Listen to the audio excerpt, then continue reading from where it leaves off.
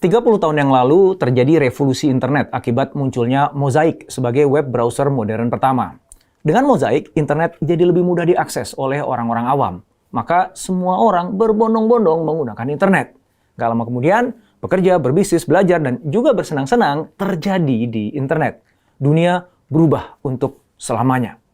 Saat ini, hal yang sama tengah terjadi dengan kecerdasan buatan. Dengan ChatGPT, orang-orang awam bisa lebih mudah mengakses dan menggunakan kecerdasan buatan untuk belajar dan juga menyelesaikan pekerjaan.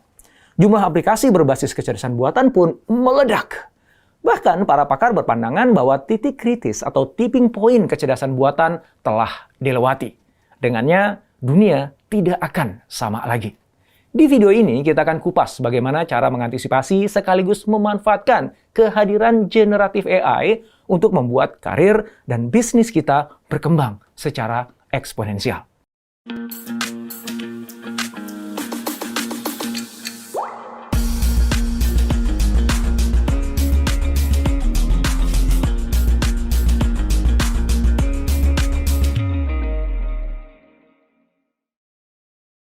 Kita mulai dengan memahami terlebih dahulu apa yang dimaksud dengan generatif AI. Kemudian menelisik lompatan kesaktian ChatGPT versi 4.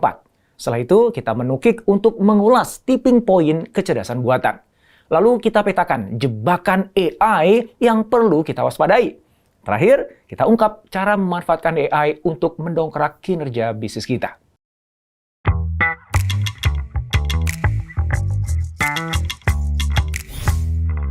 Kecerdasan buatan sebenarnya bukan barang baru, karena dalam keseharian kita sudah banyak menggunakannya. Misalnya, ketika melakukan pencarian di internet, kita menggunakan fitur autocomplete. Kita juga menggunakan fitur pengarah jalan di Maps, spell checkers di Docs, auto reply di Gmail, juga fitur rekomendasi video di YouTube. Semua itu adalah teknologi kecerdasan buatan atau AI. Nah, kalau gitu, apa sih istimewanya ChatGPT ini? Kan sama-sama AI. Ternyata ChatGPT berbeda dengan kebanyakan AI yang sudah kita gunakan selama ini. Ia merupakan generatif AI, sebuah kecerdasan buatan yang menggunakan algoritma untuk secara otomatis menghasilkan data baru berdasarkan data yang ada. ChatGPT adalah AI yang melibatkan machine learning, terutama deep learning, untuk menciptakan output yang mirip dengan data yang diberikan, seperti teks, gambar, suara, atau video. Selain ChatGPT, masih ada generatif AI lainnya, seperti DALL-E misalnya, yang bisa menghasilkan gambar asli dari deskripsi teks. DALL-E bisa membuat gambar yang kreatif dan relevan dengan input yang diberikan. Begitu juga Jukedeck, aplikasi pembuat musik berbasis AI yang mampu menciptakan track musik yang unik dan bebas royalti berdasarkan preferensi pemakainya. Jadi yang membedakan generatif AI dengan jenis AI lainnya adalah tujuan dan cara kerjanya. Generatif AI fokus menghasilkan data baru berdasarkan data aslinya. Sedangkan jenis AI lain fokusnya adalah pada pengenalan pola dan pengambilan keputusan berdasarkan data yang ada. Misalnya sistem ranking, rekomendasi, deteksi spam, atau klasifikasi teks. Generatif AI dianggap revolusioner karena berpotensi mempengaruhi industri serta mengubah cara kerja kita dalam berbagai hal. Dalam hal kreativitas misalnya, generatif AI bisa menghasilkan konten seperti teks, gambar, musik, dan video yang baru dan kreatif. Itu akan mempengaruhi industri hiburan, periklanan, dan juga desain. Karena AI bisa menghasilkan konten yang melengkapi atau bahkan menggantikan konten yang dibuat oleh manusia. Kemudian dalam hal membuat keputusan yang lebih baik, kita dapat memanfaatkan generatif AI untuk mensimulasikan berbagai skenario dan memperkirakan hasilnya, sehingga membuat kita terbantu dalam membuat keputusan urusan bisnis maupun urusan pribadi. AI juga bisa membantu para analis keuangan menilai potensi risiko investasi. Untuk pendidikan dan pelatihan, kita bisa membuat materi pembelajaran yang custom dan program pelatihan yang adaptif, yang itu disesuaikan dengan kekuatan, kelemahan, dan minat dari setiap peserta didiknya. Dengan pendekatan yang lebih personal, maka hasil belajarnya kan mestinya bisa lebih efektif ya, dan peserta bisa memperoleh pengalaman pendidikan yang jauh lebih baik. Sementara di bidang kesehatan, generatif AI dapat mengembangkan rencana perawatan pasien dengan menganalisis riwayat medis pasien dan data lain yang relevan. Simulasi yang dihasilkan AI membantu tenaga medis mengeksplorasi berbagai alternatif pengobatan dan memperkirakan hasilnya sehingga proses perawatan menjadi lebih efektif. Sedangkan untuk penelitian ilmiah, generatif AI bisa membantu menghasilkan hipotesis baru, mensimulasikan eksperimen, dan bahkan memprediksi hasilnya. Para peneliti bisa terbantu dalam mengidentifikasi jalur penelitian yang bisa menghasilkan penemuan baru yang bermanfaat bagi ilmu pengetahuan. Jadi, sifat revolusioner generatif AI terletak pada kemampuannya dalam belajar, beradaptasi, dan mencipta. Itulah kemampuan yang bisa mengubah industri dan kehidupan kita sehari-hari. Kita akan mampu mengotomatisasi tugas-tugas, mempersonalisasi pengalaman, dan menghasilkan kreasi baru.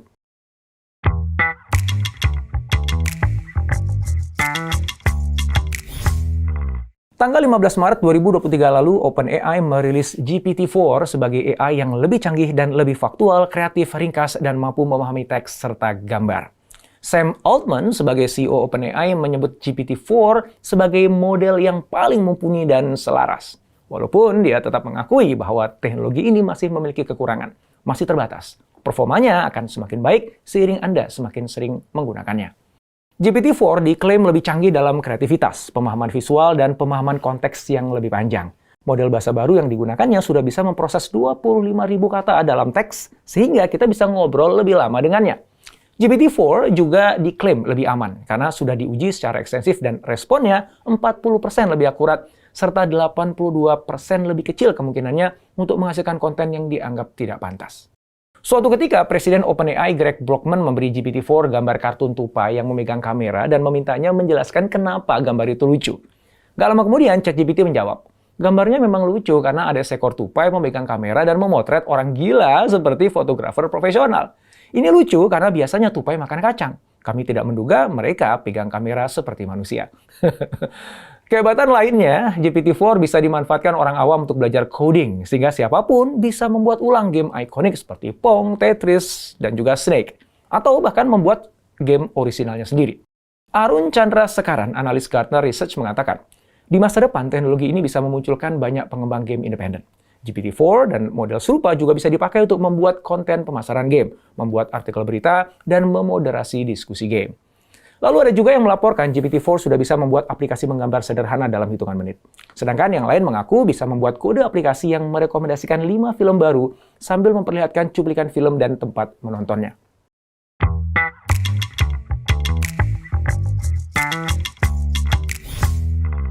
Tidak lama setelah GPT-4 diluncurkan, Microsoft mengumumkan fitur baru di Microsoft 365, yaitu Copilot. Itu adalah AI untuk membantu kita mengedit, meringkas, membuat, dan membandingkan dokumen. Fitur-fitur baru itu bisa mentranskrip catatan rapat di Microsoft Teams, meringkas email, membuat bagan tertentu di Excel, dan mengubah dokumen Word menjadi presentasi PowerPoint. Microsoft juga memperkenalkan Business Chat. Itu adalah agen bot yang mengikuti kita bekerja dan memahami data kita. Dia tahu apa yang ada di email, dokumen, presentasi, termasuk orang yang kita temui, dan obrolan yang muncul di aplikasi Teams. Pengetahuannya itu bisa kita manfaatkan untuk banyak hal, seperti misalnya memintanya menulis laporan status, atau bahkan membuat draft email. Kecanggihan GPT-4 membuat perusahaan keuangan Morgan Stanley kepincut memanfaatkannya. Mereka memakai GPT-4 untuk membuat analisis pasar modal, analisis aset, dan analisis industri. Kepala analitik Morgan Stanley, Jeff McMillan, mengatakan, anggap aja AI sebagai Chief Investment Strategist, Chief Global Economist, Global Equity Strategist, dan setiap analis lain di seluruh dunia yang siap dihubungi untuk dimintai nasihat setiap hari. Anil Gehi, seorang profesor kedokteran dan ahli jantung di UNC Chapel Hill, juga tertarik. Kepada GPT-4, dia memberikan riwayat beberapa pasien yang kasus medisnya rumit. Hanya dalam hitungan menit, GPT-4 memberikan jawaban sempurna tentang bagaimana seharusnya pasien-pasien itu ditangani.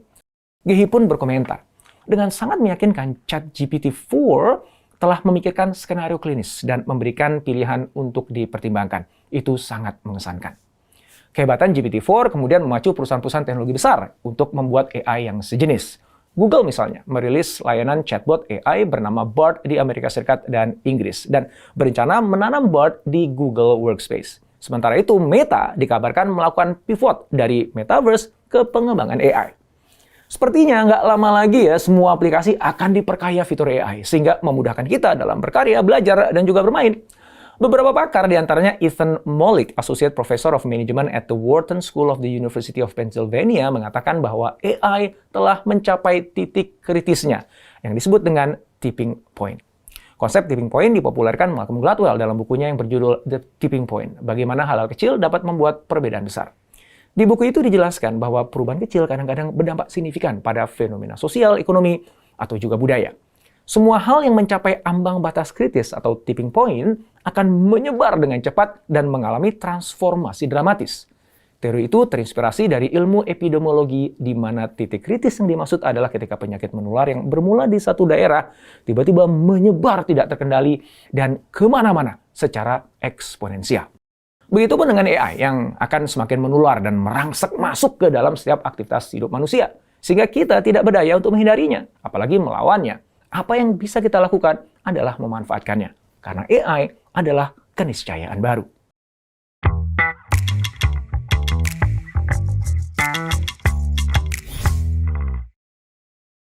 Kehebatan ChatGPT-4 menimbulkan kekhawatiran, seperti bisa menyajikan informasi yang salah dengan meyakinkan. Tetapi kekhawatiran utama adalah tentang kurangnya transparansi OpenAI ketika merancang dan melatih GPT-4. Para ahli menilai bahwa itu jadi masalah karena kumpulan data besar yang digunakan untuk melatih chatbot AI dapat menjadi bias secara inherent.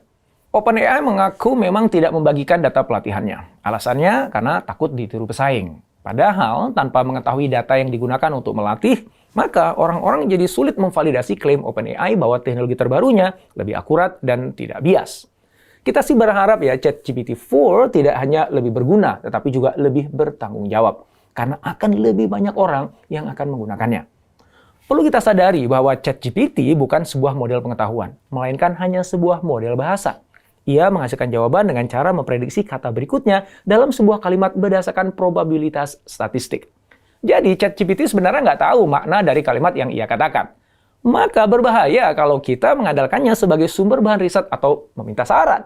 Karena dia nggak tahu mana fakta yang benar dan nggak mampu membedakan kebenaran dengan kebohongan. Chirag Shah, seorang profesor bidang informasi di University of Washington, mengatakan model bahasa sebenarnya tidak memiliki pengetahuan selain kemampuannya untuk menangkap pola baris kata dan mengeluarkan kata demi kata dengan cara probabilitas. Hal itu memberikan sensasi kecerdasan yang palsu. Sedangkan sejarawan Yuval Harari berpendapat bahwa AI berpotensi membantu sekaligus merugikan manusia. Menurutnya, di satu sisi, AI bisa membantu kita mengalahkan kanker, menemukan obat-obatan, dan menemukan solusi untuk krisis iklim dan energi. Tapi di sisi lain, AI berbahaya karena dia memiliki penguasaan atas bahasa, sehingga dapat meretas dan memanipulasi sistem operasi peradaban. Harari juga memperingatkan bahwa AI mengancam fondasi kehidupan masyarakat kalau dimanfaatkan dengan cara yang tidak bertanggung jawab.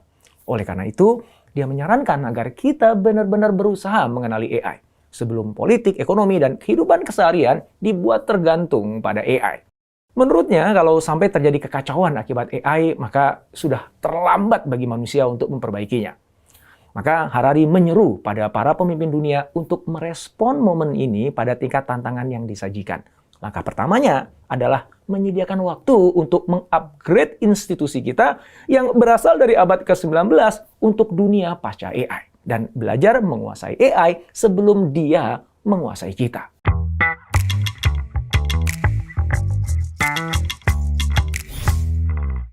Boston Consulting Group telah mensurvei 3.000 eksekutif, manajer, dan analis di seluruh industri untuk memotret implikasi teknologi AI bagi perusahaan. Hasilnya mengungkapkan bahwa hampir 85% responden percaya bahwa AI dapat memberikan keunggulan kompetitif bagi perusahaan. Tapi sayangnya hanya 20% saja di antaranya yang sudah memakai AI untuk mendukung aktivitas operasional dan penjualan. Selain itu, hanya sekitar 39% dari semua perusahaan yang memiliki strategi AI yang baik. Hasil survei itu menunjukkan bahwa teknologi AI belum digunakan secara maksimal oleh perusahaan di tingkat global. Bagi seorang CEO perusahaan, generatif AI tentu memunculkan tantangan yang jauh lebih besar. Selain harus meningkatkan produktivitas dan keterampilan teknis, perusahaan juga harus siap berevolusi dalam inovasi model bisnis di masa mendatang. Ingat bahwa generatif AI berpotensi mendisrupsi hampir setiap industri. Teknologi itu menjanjikan keunggulan kompetitif, namun di saat yang sama sekaligus kehancuran kreatif bagi sebuah perusahaan. Maka perlu merumuskan strategi generatif AI yang mumpuni. Itu tentu bukan tugas yang mudah ya, karena para CEO harus fokus memikirkan bagaimana generatif AI akan berdampak pada organisasi dan industri mereka. Barulah kemudian mereka bisa menentukan strategi untuk memanfaatkan peluang dan menjawab tantangan. Ada 3 langkah penting yang bisa dilakukan CEO untuk memaksimalkan potensi AI, seperti yang dirumuskan Boston Consulting Group. Pertama, mengidentifikasi penggunaan AI yang sesuai dengan kebutuhan perusahaan. Pimpinan perusahaan harus dapat memaksimalkan potensi AI untuk membangun diferensiasi perusahaan di hadapan para kompetitornya. Yang kedua, para CEO harus mampu menyesuaikan sumber daya manusia, struktur, dan kemampuan organisasi untuk mendukung penggunaan AI. Pimpinan perusahaan harus mendefinisikan ulang keterampilan, peran, dan juga tanggung jawab semua talenta perusahaan agar proses transformasi berjalan maksimal. Ketiga, untuk memitigasi risiko, perusahaan juga harus membuat aturan penggunaan AI yang mencakup penguatan aspek dari keamanan cyber, pelindungan kekayaan intelektual, mitigasi bias, dan juga error dalam penggunaan AI.